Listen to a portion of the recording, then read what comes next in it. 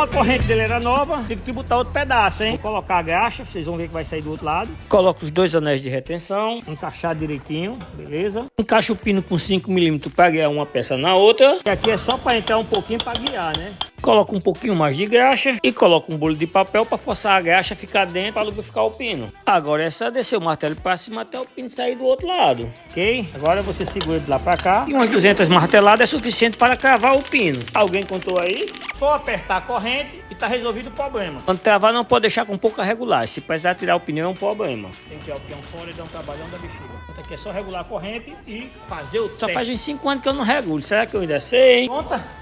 Vamos testar agora, ver como é que ficou. Testar agora, Emerson. Aí lá, aprovado? Aprovado. Então pronto, pega o troco. Pega o troco aí. A emenda velha. Valeu, galera. Gostou aí? Curta, comente, compartilhe e se inscreva no canal.